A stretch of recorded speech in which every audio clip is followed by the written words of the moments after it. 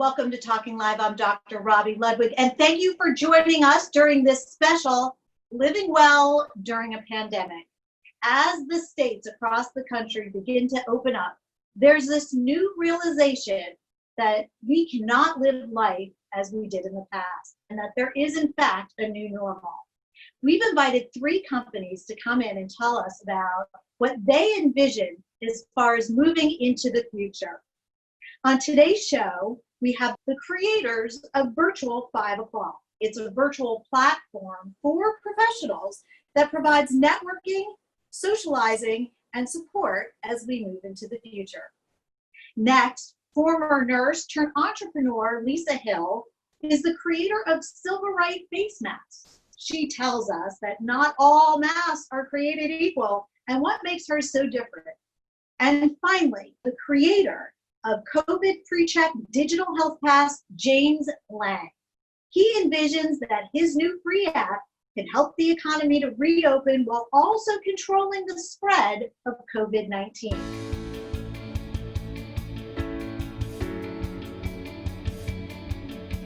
The whole world has changed in a flash, and the workplace may never be the same. One of the things that many of us are missing is that connection that we all got to enjoy in the workplace. Well, there is something to make up for that missing human connection called Virtual 5 O'Clock. And it's founded by 4 very important professionals called the Fab Four. I'm going to introduce them to you right now. Stephen Weinberg is an entertainment attorney in Malibu, California. Mindy Barnett is the founder and CEO of MB and Associates PR. We have Lane Frank, who's the director of Optimized Communication, and Alan Kay, who's a co-partner of Fender Insurance. Welcome, guys. Nice to meet you. Pleasure. Nice to meet you. I'm so glad that I got to experience your virtual 5 o'clock happy hour. It was wonderful. You have different experts that come every week that your club members or group members can learn from. Why don't we start with how this got started, how you all founded this idea? Sure. So nice to see you, Dr. Robi. Thank you. You know, pre-COVID, what were we doing? We were out, we were networking, we were getting people together, pick a restaurant, pick a bar, pick a venue, and, connecting great people with great people and making introductions and moving business forward. Well, that all came to a halt in our neck of the woods. March 13th was that kind of hard stop. Yeah. And, we didn't want to skip a beat in what we were doing. So, we came up with this idea that wasn't unique. Let's just do a virtual happy hour. And, the little twist was we got a website up in about 48 hours and got a whole bunch of emails out. And what we found was, masses of people joined.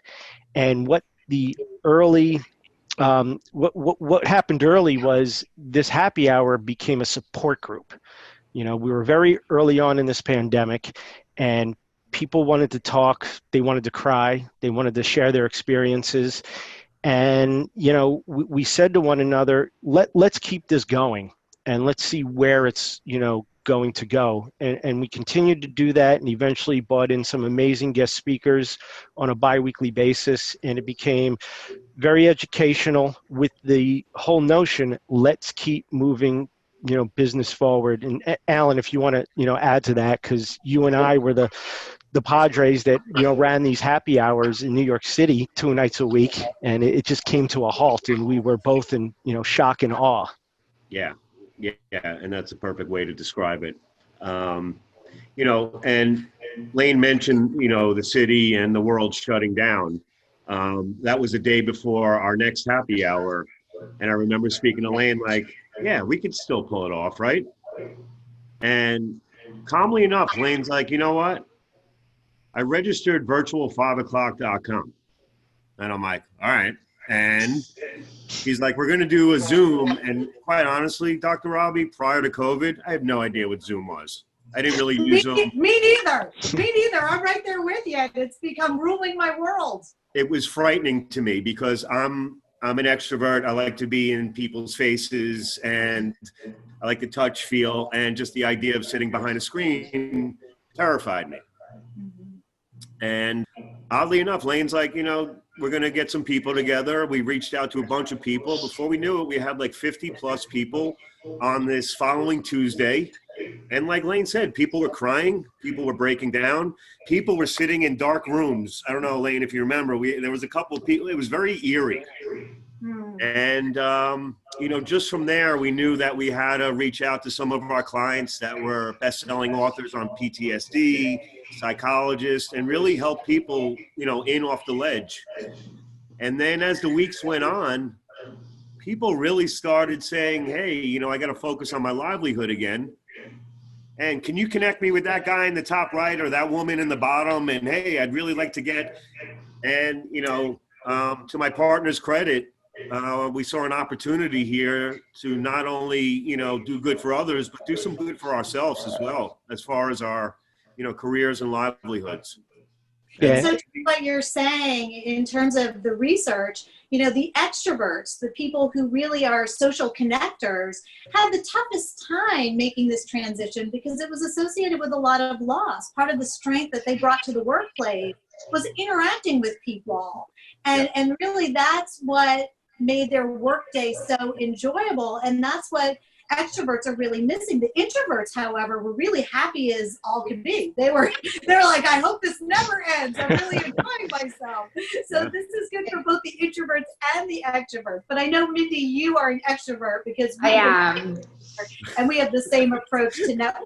Yeah, so just like Alan from Biden's out and about, like running around, and Lane and Stephen too, I too am like a people person and really need to be out and about and meeting and greeting and doing business that way. But, I will say this has really opened the floodgates for people who are introverts, as you were saying, Dr. Robbie, in such a positive way, and really enabling them to have the same excitement and making the same types of connections that we are in the comfort of their own home. And they're kind of coming out of their own shell at their own pace, at their own time. What we've noticed, the four of us have talked amongst ourselves, like after, some of our events and so forth. And, some people who didn't even have like their picture up, like it was just like a black screen with their name, and then their picture popped up, and then all of a sudden they were there, and then they actually started asking questions. And like, it's so nice to see the community really evolving and growing in that way. And so it makes me happy as an extrovert to see my introverts out there.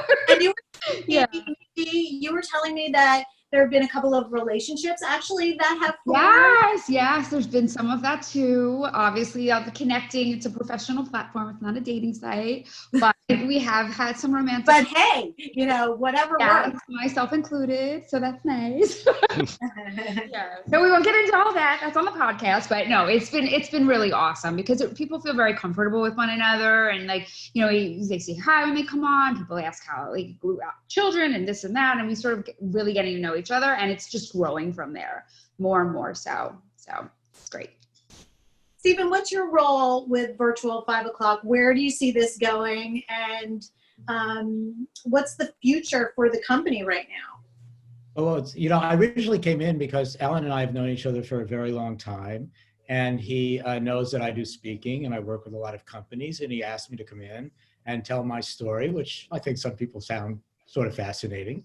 And as I spent more and more time with Lane and Alan and Mindy, and listening to the people who are talking during the virtual 5 o'clock cocktail hours, it suddenly occurred to me that, what's really, really significant here is that these folks really, and back up for a second, and Lane kept talking about moving business forward. So I started thinking, wow, I work with a lot of startups, I work with a lot of businesses and helping them to grow.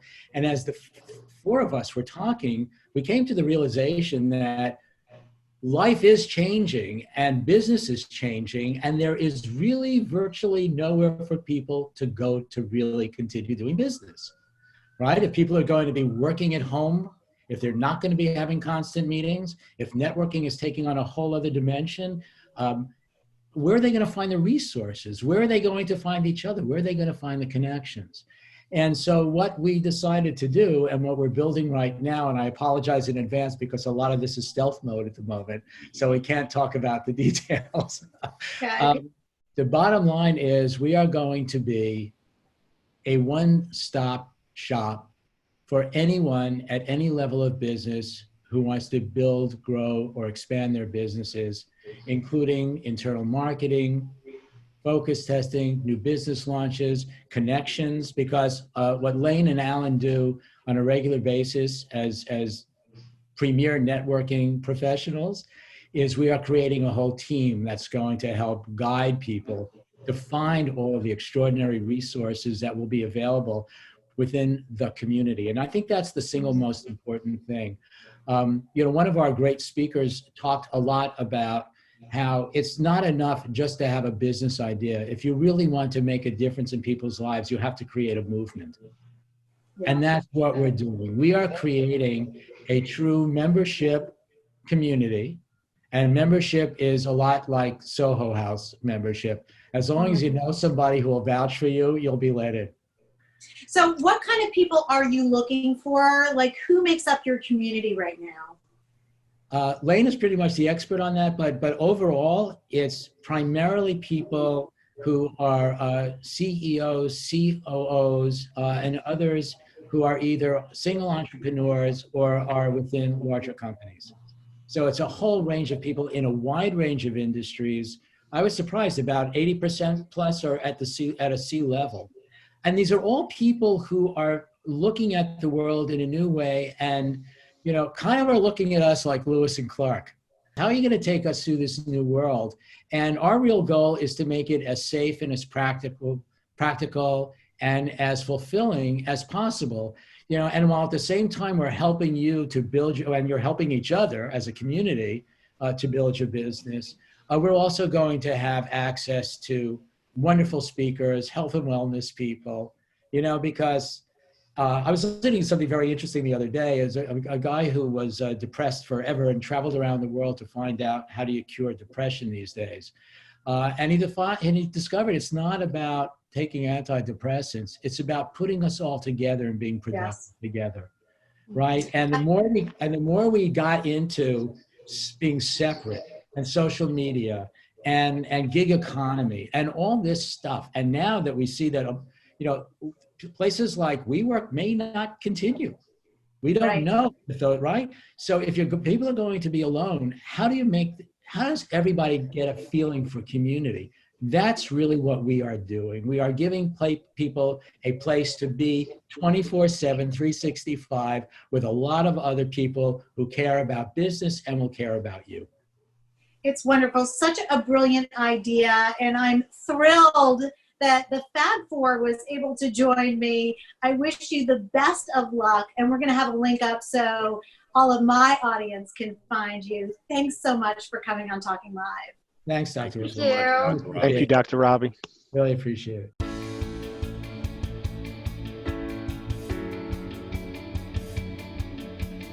We have former nurse turned entrepreneur Lisa Hill of Silverite Global, and she is going to tell us about a new mask that she has created.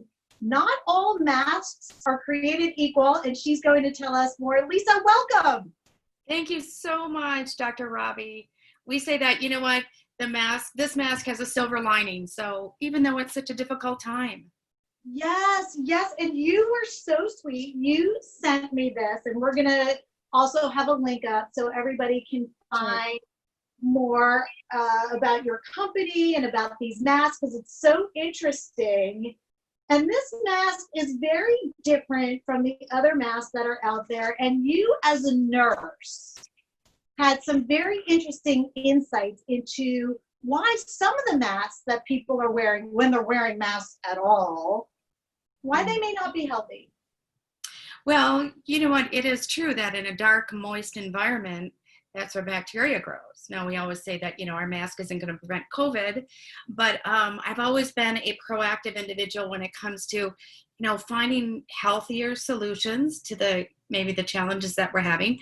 Who would have thought that everybody would be wearing masks? I mean, I wore masks for 22 years, and I remember just being you'd take that mask off and it was like death breath, right? You'd wear it Oh for my God, thank you for saying that, because my son and I were having a discussion about just the mask and the breath, and we couldn't stand our breath. And we were like, is it always that bad? Like, do I really have friends? I know, right? It's something about the mask, right? Yeah. So, I mean, I was looking at all these, and this came up so fast, this pandemic. I mean, you're an expert in the field of mental health. I mean, for us to be able to be mandated to do something, for someone that didn't go to school to be a nurse or a doctor or somebody on the front line, that is like overwhelming to people. And so I thought, you know what? Let me see if I can create, because we have a company that is functional fabric. So, I always believe in breathing clean, sleeping clean, eating clean, whatever. So to bring fibers and textile fibers and fabrics into our everyday living that had a purpose. And so I knew the magic of silver. I knew that silver is one of our greatest elements. I mean, as a nurse, we used to put it on burn victims, as Silvadene, and early back, in the 1900s, even probably before that, they would put a silver coin in the canteen of a soldier to keep it preserved. So silver has all these wonderful properties to it. It's very good for your skin. And I was actually on a flight coming back from Israel, and I looked around and I had flown right into the eye of the storm, right back out again. And I was thinking, oh my goodness, our whole life has changed overnight. And I was seeing people try to put like socks and everything over their mouth. And I thought, this, and as a doctor, how that goes, but we're only going to create more challenges in the long run. So I thought, why don't I take whatever my knowledge base is, and let's see if we can make a mask that's going to be healthier, and somebody will feel like they're actually doing something, right? So they're being proactive about it. I'm just showing the mask that you sent me, and it's very substantial, the fabric. And what I love is a lot of people talk about the mask falling off, and you know this as a nurse, Lisa, that the touching of the mask almost make things worse, because you're touching something and then you're touching your mask and you're making your mask dirty and it's getting into your nose and your mouth. But you created this little plastic gadget so that your mask can stay on also securely. Well, believe it or not, if I was in trauma or in a situation where I couldn't take off my mask, the top of your ears would actually get sore. You could actually develop sores there. So we made a mask extender for the back. And the mask itself is a utility mask. Now we see some lovely, vanity mask, but this is actually 3 layers, and it's according to the CDC guidelines. So we built ours around exactly what the guidelines were at the time. And people were panicking. And I thought, if I can just do something that's going to help alleviate some of the fear. Oh, it smells good. Do something. That's the silver. So remember we were talking about the breath? Yes. So when you take this mask off, you mostly won't smell that, because silver is nature's antibacterial, antifungal, and so on. So it helps to create a healthier environment inside the mask too. And also, this is washable. You say that this can be used up to 20 times. Correct. And still stay safe. We've all heard the term born with a silver spoon in your mouth, right? And there's a reason for that. There's a history behind that.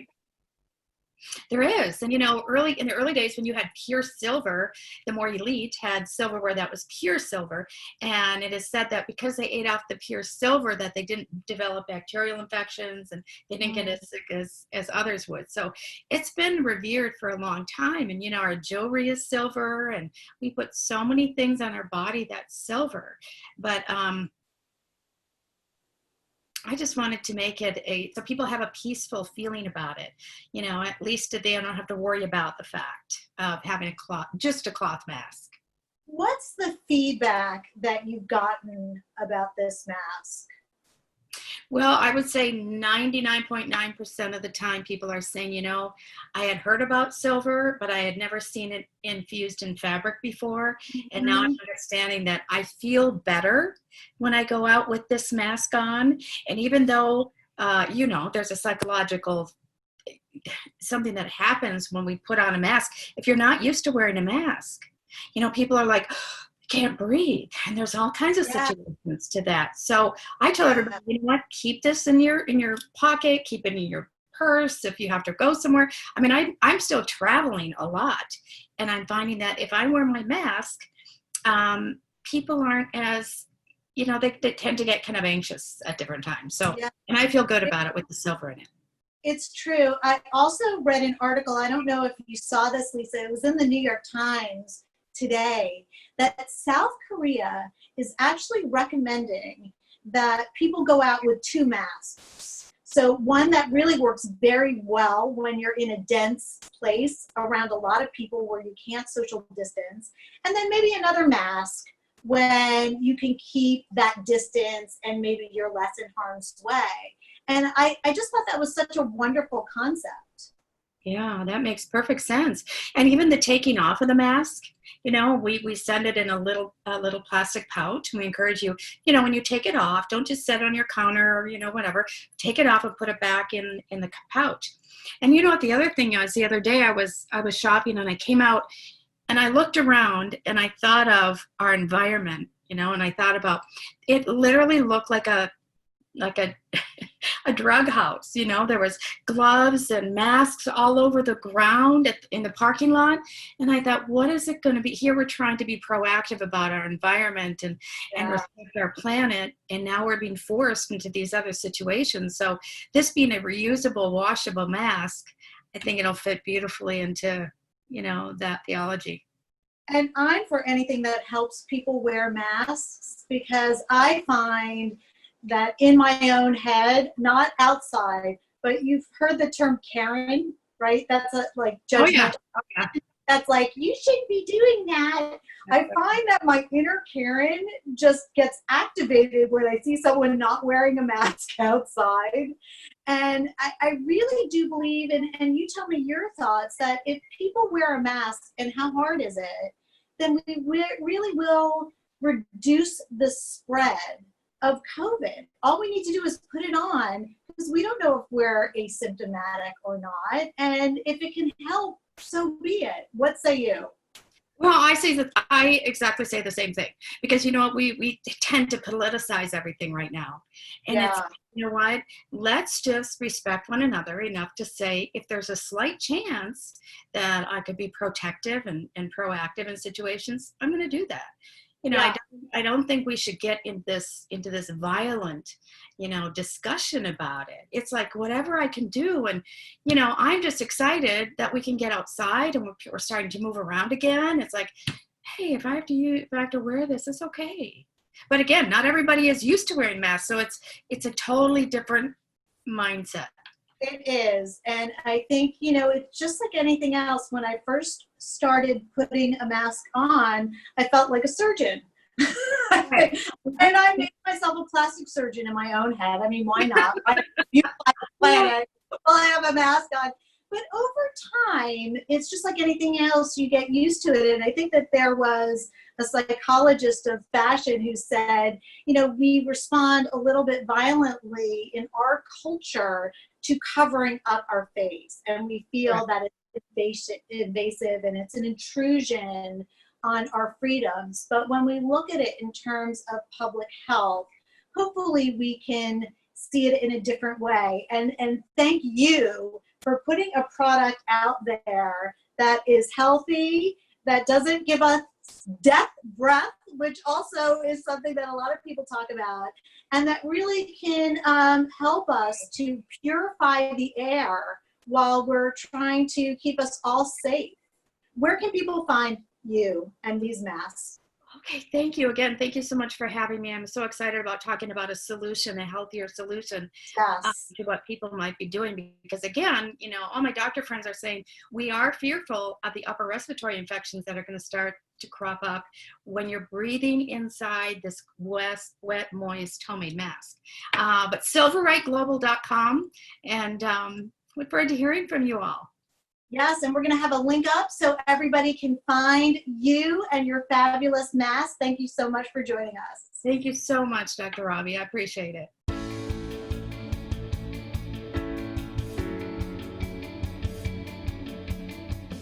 We have James Lang here to join us. He is the creator of the COVID PreCheck Digital Health Pass. He's going to tell us all about how he came up with this idea and how he thinks this can help the economy get going again and keep us all safe at the same time.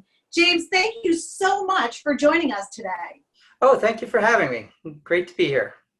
This is the big question, right? As states start to open up, and we're seeing this, we're seeing certain states open up and others not so much. There's a big fear out there about, is it safe really to restart the economy? Is it safe to go out there and meet our friends and go to restaurants and return to the office?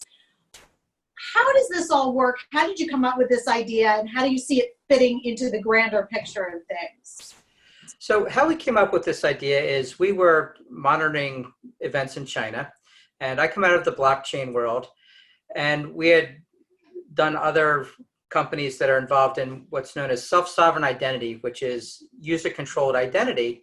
And we were trying to figure out ways to really help people get back to work, but maintain their privacy without having to go around with a piece of paper with their health records on them, but also creating a system of trust whereby the person seeing that piece of paper could say, oh yeah, that's James's antibody test, or that's James's PCR test.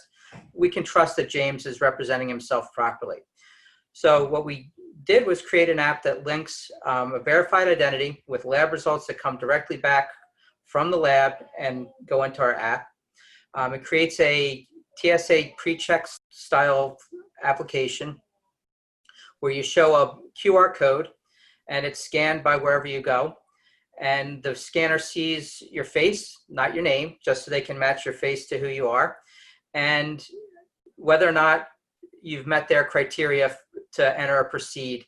And we're not looking to block people from entry, but looking to arm people who run restaurants or offices with information on how to handle people who show up.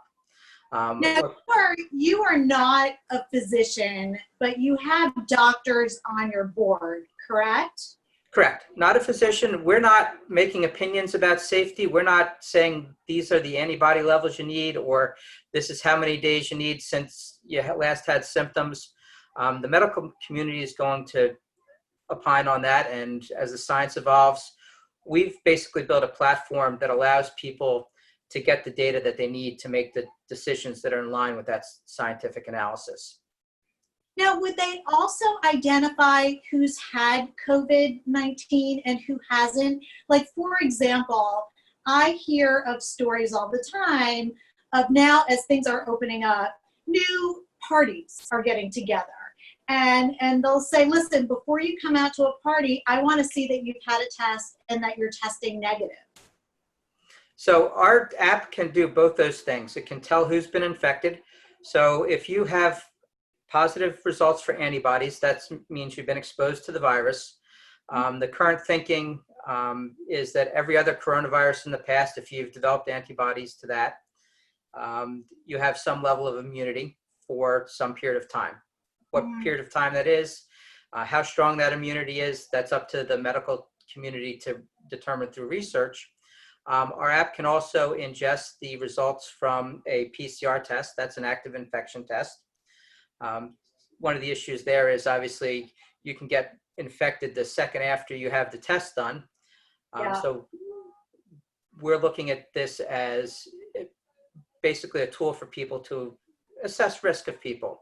You know, if you had a PCR test yesterday, it's better than having a PCR test 2 weeks ago. You can have some higher level of confidence there.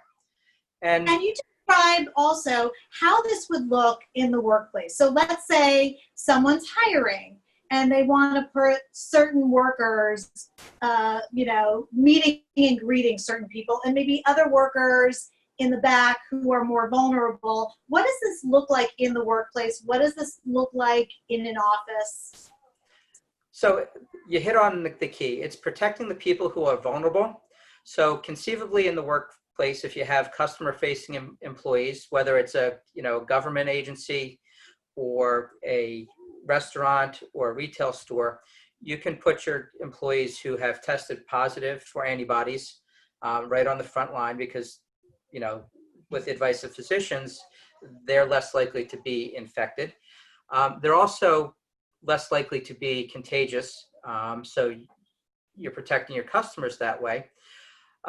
Alternatively, if you're a restaurant, you can assign your antibody negative people, the people who haven't been exposed to the disease, say to a table full of people who tested positive, because that interaction is potentially safer than any other interaction. Right.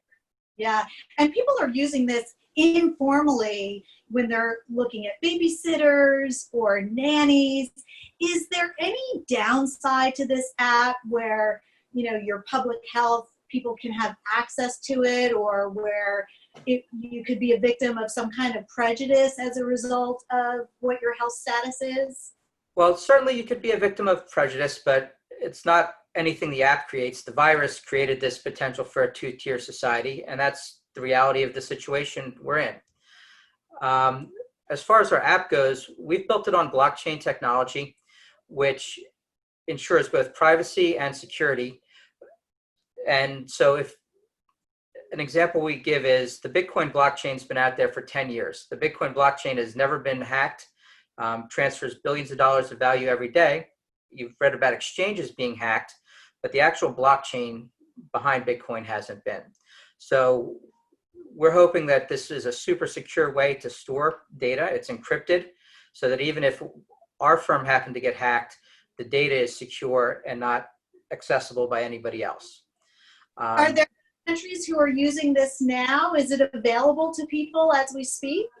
We're getting ready to launch. We're about probably 2 or 3 weeks out from launching. We're in discussions with companies in a variety of industries, restaurants, hospitality, commercial real estate, on how to implement the system and how to get their employees tested and onto the app so they can use it at their location. I imagine this would be really good for physicians and people who are on the front lines as well. Yes, certainly. And, we view it as for people who are on the front lines who are getting tested constantly, it's a way for them to avoid then having to go out and get tested at some other location and have their time wasted with a temperature, for example, with a temperature scan when, 20 minutes ago you just had a PCR test at work and you came back negative. And what we really think of this is an expediting tool to get people back to work and back in the office. Think about the long lines at the airport. If you can separate the people who need extra screening from the people who perhaps need less screening, you can get people in faster and safer. And this is currently free.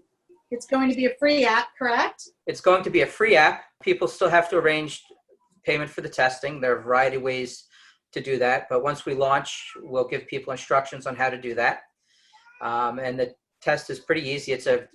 Right now we're using serological testing, which is a blood draw, and we're going to expand the capacity or the tests that we import into our app as we expand our laboratory relationships. This is amazing. James Lang, thank you so much for joining us today and for bringing this new technological app to all of us so that hopefully we can benefit and all stay safer. I hope we can, and thank you for having me. I appreciate it.